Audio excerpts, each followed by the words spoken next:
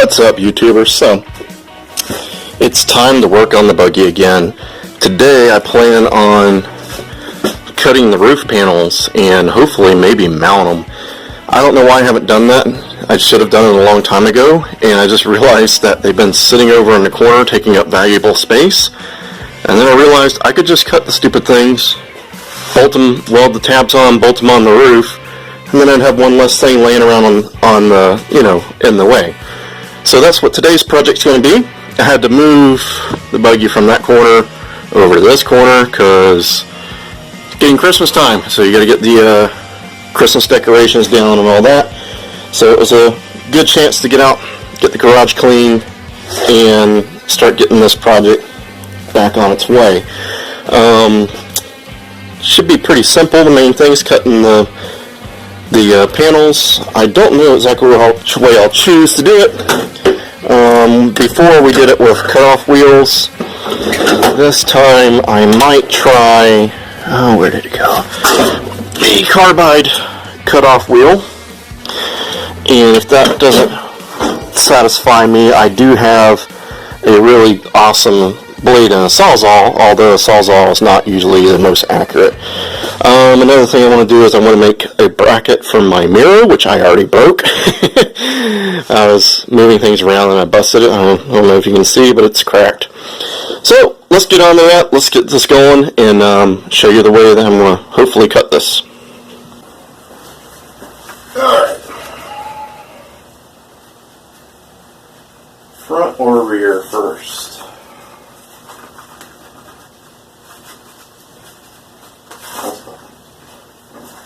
To the rear.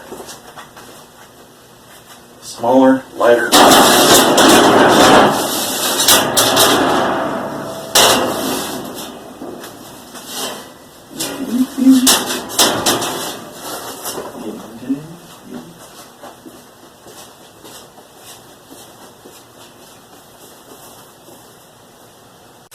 Alright, so what I did do was I already marked out where it's going to land on the cage.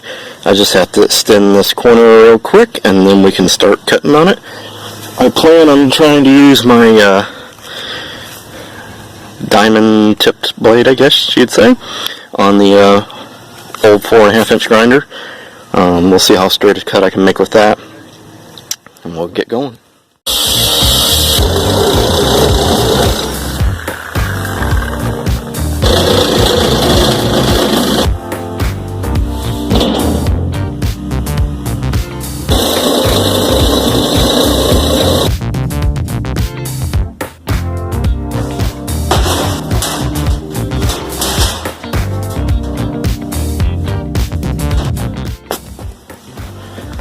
Alright, so we got it cut out. Ended up using the sawzall with a carbide blade. Made quick work of it. And no, it is not straight. You can see there's some waves, but that's what the grinder's for, right? So what I'm trying to do is line this up on the center line of the tubes. And the reason being is I don't want you to catch your hand on it. Plus it doesn't need to go out to the edge, but mostly so that there's a rounded edge here when you get in and out of the vehicle. There would be something to not catch your hand on. Plus if I get it on the center of the tube for like the bar that's going across here, then it's got the most support. Now what I'm going to do is find out how many brackets I can put on these.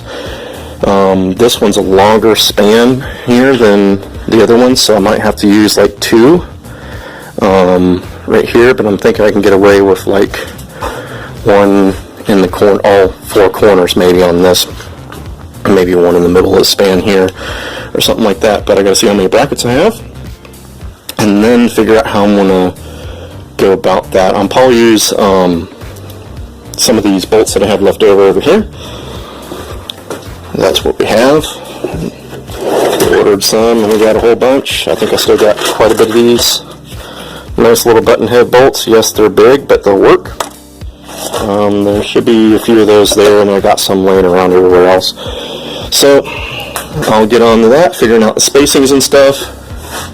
And I need to, like I say, I'll have to grind it all down. It's got a wave to it, but I knew it would happen using the cutting methods I have, it's what I got. So if you guys want to, keep watching videos, and maybe one day I'll be able to get a plasma cutter or something nice, or a shear would be awesome. Anyways, we'll go on to the next step. Alright, so I got it laid out. I want to use 2 brackets on the long span here, 2 brackets in the front, well, 4 across the front.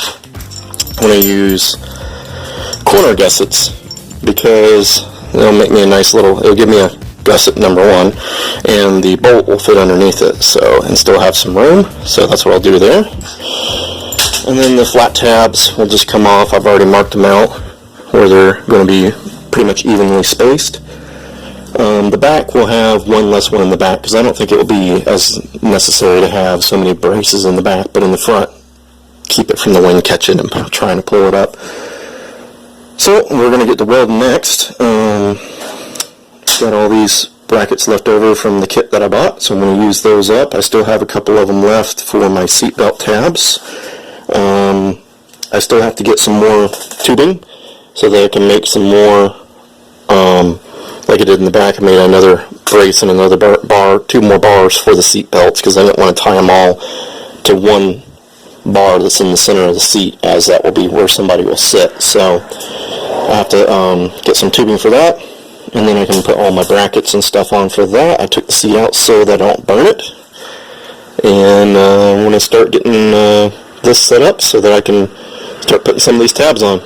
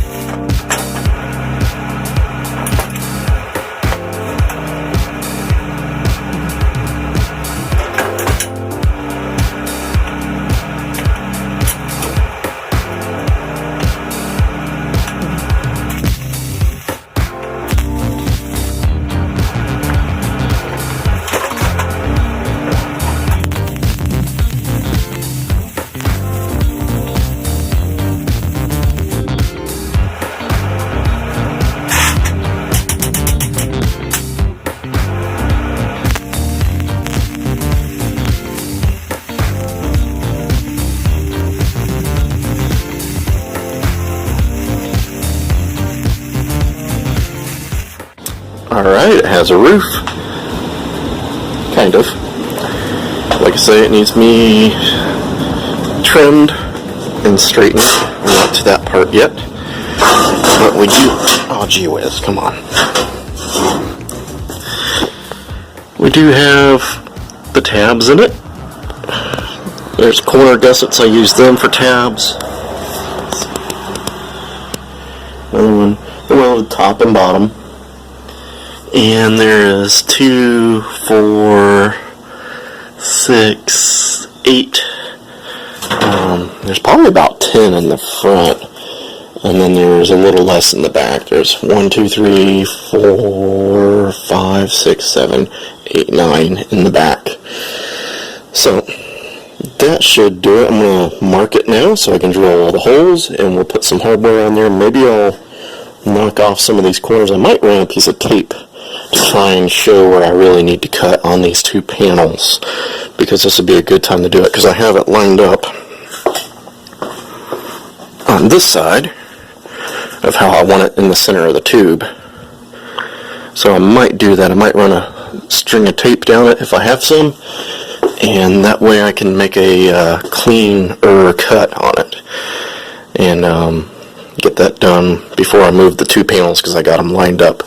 It will have a split in the center over this bar, but I'm not too concerned about that. You're going to get wet regardless. But what I am going to do, my plan is to take and put that truck bed liner, Raptor liner, on the inside of the side panels, and on the floor, and on the inside, the underside of the roof. And the reason to do that for me is I think it will make it quieter, as right now all these panels, they will vibrate and make noise like that.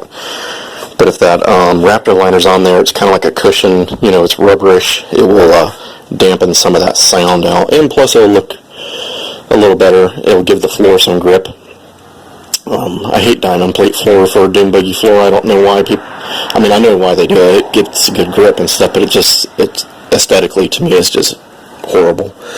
But the polished slippery aluminum floor is bad, because then it's slippery and you can't get any traction trying to get in and out of the car. So we're going to use bed liner coating on that, and hopefully that will work out well.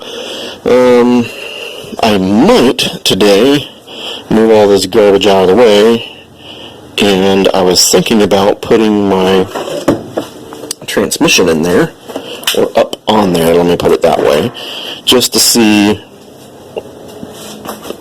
I know I have to move this bar forward right here, but to see how far I can drop the gas tank down. I don't think I can drop it down as much as I was hoping. It'd be really cool if it was flush, but I don't think that'll be a possibility. But that may or may not happen today. We're kind of running out of daylight already. So let me get to marking holes, and I don't know if I'll get those drilled today or not, because the kids are sleeping for their nap, and when they're up, and we're done.